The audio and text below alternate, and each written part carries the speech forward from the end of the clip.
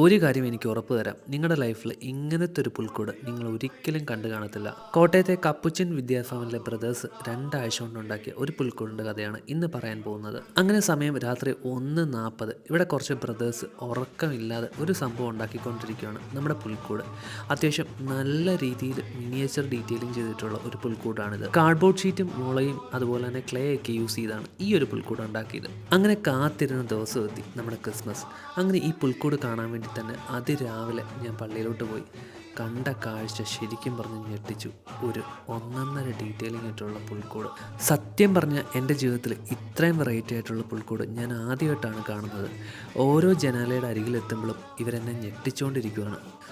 ഉണ്ണീശോയുടെ പുൽക്കൂടിനടുത്തുള്ള ആ മാർക്കറ്റിലെ ആളുകളാണ് ശരിക്കും എന്നെ ഞെട്ടിച്ചത്. കാരണം ഒരു പക്ക വർക്കിംഗ് മോഡൽ എന്ന രീതിയിലാണ് ഉണ്ടാക്കിയിരിക്കുന്നത്. പശു മുതൽ ആളുകൾ വരെ നീങ്ങിക്കൊണ്ടിരിക്കുന്നു. എന്തായാലും ഇവരെല്ലാം പല ജോലിയിലും